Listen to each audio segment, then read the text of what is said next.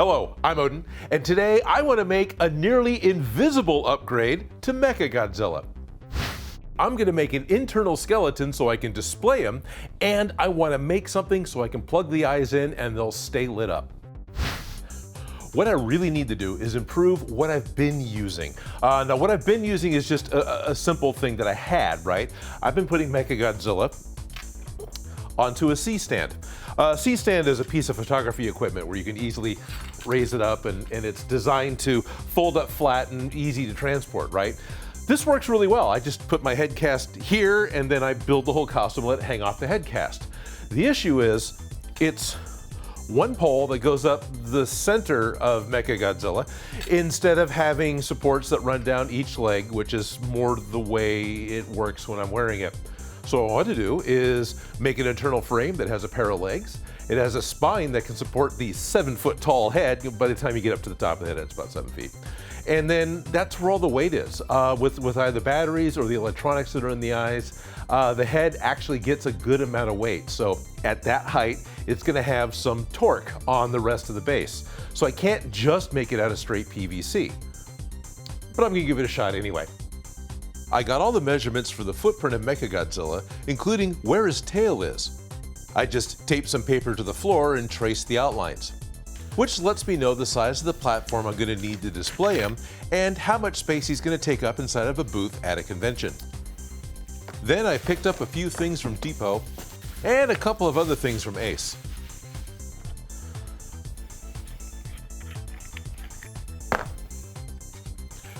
Now I would like to just make it out of iron pipe. That would absolutely be the most robust and guaranteed win, right? And so if I need to, I can go back and just get a longer section of pipe and that'll be fine. But what I want to do is make it so these attach to the display base, which will be a wooden base, and then it runs up with some Schedule 40 PVC over it, but I've got a stronger base, and then the actual connection, the pelvis that goes up to the spine, will still be iron.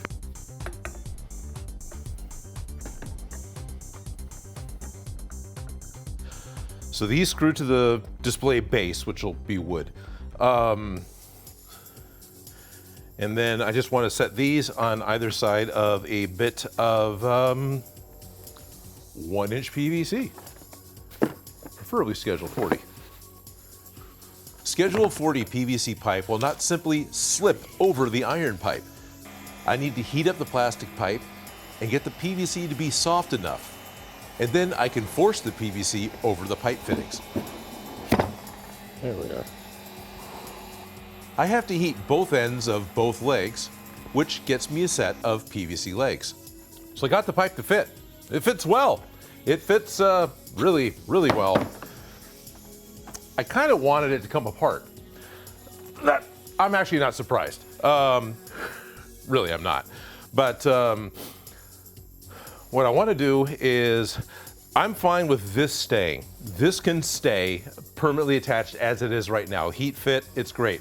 I want to get these back apart, and then I talked a lot, and what I wanted to do didn't really work. So let's just fast forward a little bit to the point where I just accept that I'm going to have to cut the PVC pipe and then use a coupler to fit the legs back together. You might be thinking, well, just assemble the legs, then attach everything to the wooden base. You don't have to cut the pipe. Well, that won't work because I need to start assembling the costume on the PVC pipes before I attach the pelvis part. One thing I'm going to need to remember to bring is a rubber mallet so I can get these plastic pipes back apart when the show is done. The spine is added the same way, but there's only one spine piece, so this can be simply threaded together. Yeah, there we go, good. I already have a small base that I can use now for testing and assembly. I'll screw the legs onto the base and figure out where to cut the spine pipe. I've got a PVC cross piece and extension that the foam head can fit over. Then I realize it's too tall. It's a bit long.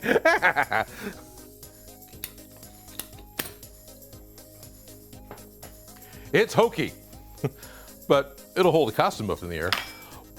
Okay, I need to do the arms, and the arms is kind of what spawned the whole request. The whole reason for doing this was because hanging on the C-stand, he's got a scarecrow kind of look, and we want him to actually hold himself up and have some sort of positioning in the arms.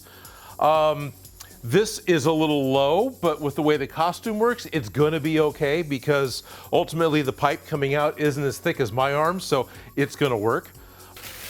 What I've got are some greenhouse connectors. And that's what I plan on using for the shoulders and for the elbows. All these special adjustable angle connectors fit 1-inch PVC pipe. I just need to cut some pipe to length. And I have the shoulders. I cut more pipes so the elbow will be in the right place compared to the foam shoulder.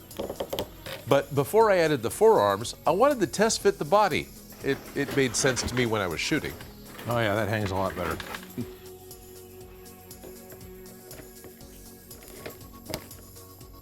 Seriously, never skip arm day. All right.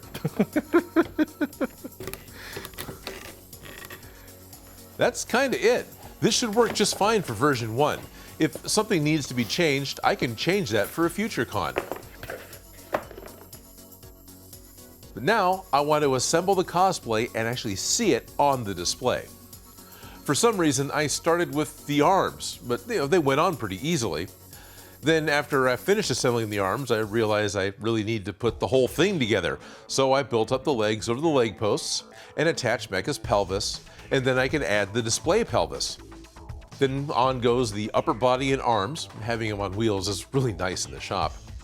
One of these days, I'll get his blinky light chest laser working, but that's not today. And I still need a better solution for the hands, but I have an idea. So I think I've got the body taken care of. It's not perfect, right? I could totally have a mannequin. There could be a couple of other different ways to do it. Lost Wax Oz just put a video out all about how he made an armor stand. All those could work. I did mine this way because it needs to break down and be portable. So that was one of the things I really wanted to do, and I was also really trying to use off-the-shelf parts.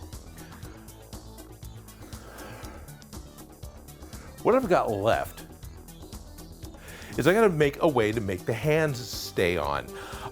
The way I made the hands, if you remember, is on the inside there is a pipe. It's just a little plastic tube, like a fake pirate hook, right? Same idea. There you are, hands on. The original movie one, the hands weren't articulated in any kind of way. The fingers just kind of popped off, which I'm not interested in trying to make work anytime soon. That's not a promise that I will, but the concept has occurred to me. That would be really kind of cool if I got the fingertips to come off. I have made one of these Mecha hand mounts. It's a whole series of PVC pipes and then a T, which I've cut a slit into, that allows the post on the inside to fit, and so it grips the hand like that. And then it's able to grip the pipe, right?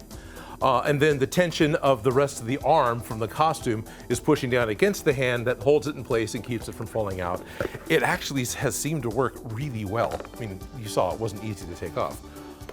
I just need to make another one of these. The parts are a 1-inch coupler, a 1-inch to 3/4-inch reducer, a 3/4-inch to 1/2-inch reducer, a 1/2-inch pipe, and a 1/2-inch PVC T-fitting. All off-the-shelf parts. I only need to cut 2 pieces, these 2. Everything else just fits together. I had even glued that one, and I don't think I'm going to. That might be an issue, but I'll find out after the first con.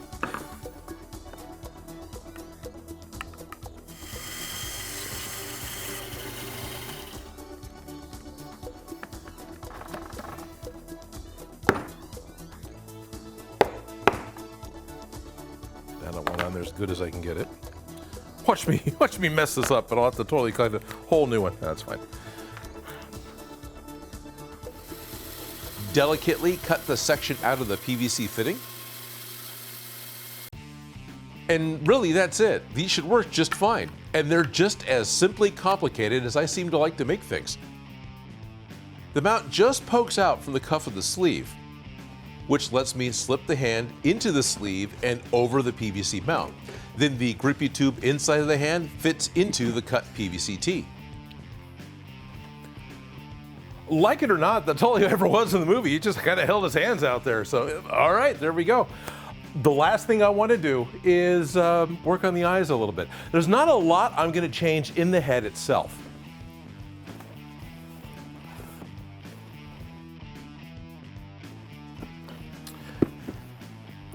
I've still got my 12-volt wires coming off from the LED truck lights that I have for the eyeballs.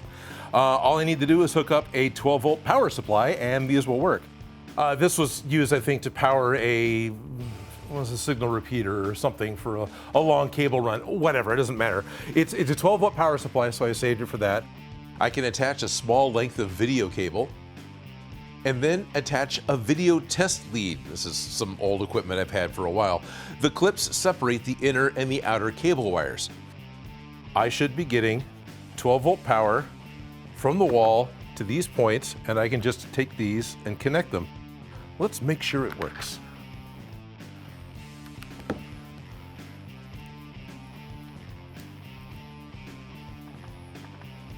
Wow, that's spitting out way more. 16? 12-volt DC.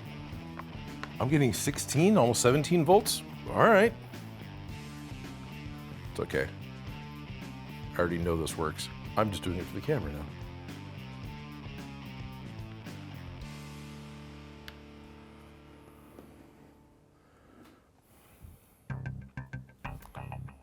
He'll be on full bright the entire con. That's good. I don't want to leave him on like this all the time. LEDs do have an active life. There's only so many tens of thousands of hours that they're going to run. So I don't want to like plug them in and leave them plugged in here in the shop forever and a day, but I have no problems plugging them in for a con. Okay, so this works great for a static display. I think I was going to go and make a complicated extra wire. No, I think I'll run an extension cord. Done. All right.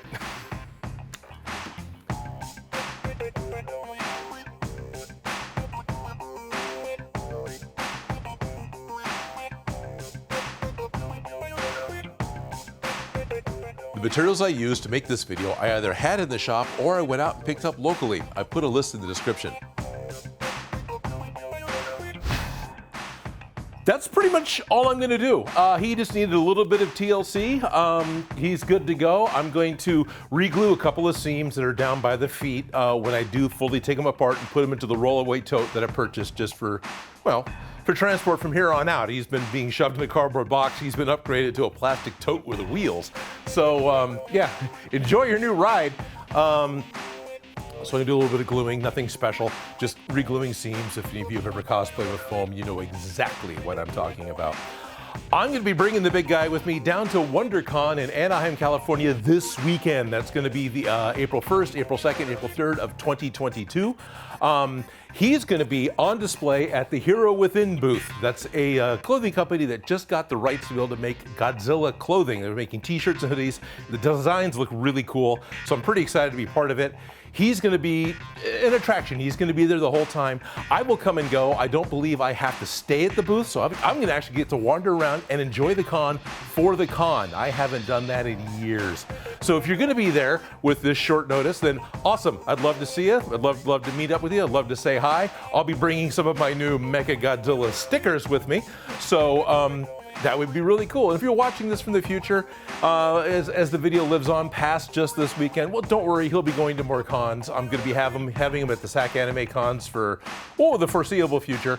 And any other place that I can get him to, because he's kind of bulky to move around, he'll be going. Because I'm really happy with this cosplay. I'm really happy that I finally made one of my childhood monsters something that I can wear, something that I can wear around, and that I'm getting getting to take him. He's taking me to cons. That's a nice little train, right? Little trade. But I do know that there's going to be lots of different ways you can make a large robotic kaiju from foam. But this is how Odin makes.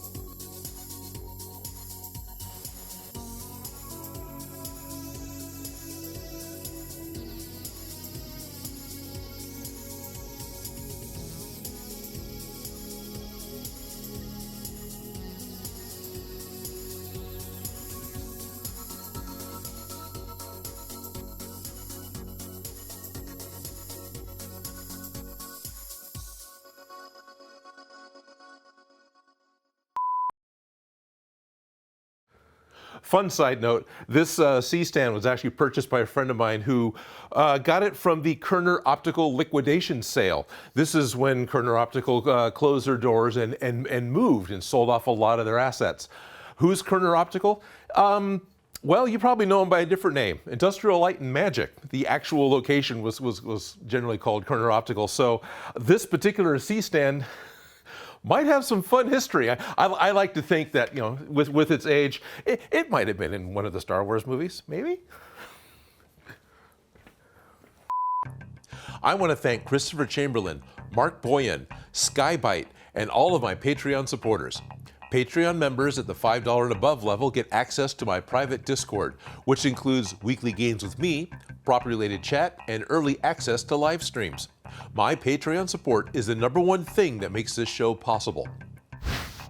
If you like the video, don't forget to subscribe. Have an idea for something for me to make? Please leave a comment below. And if you make any of these projects, you can send me a picture.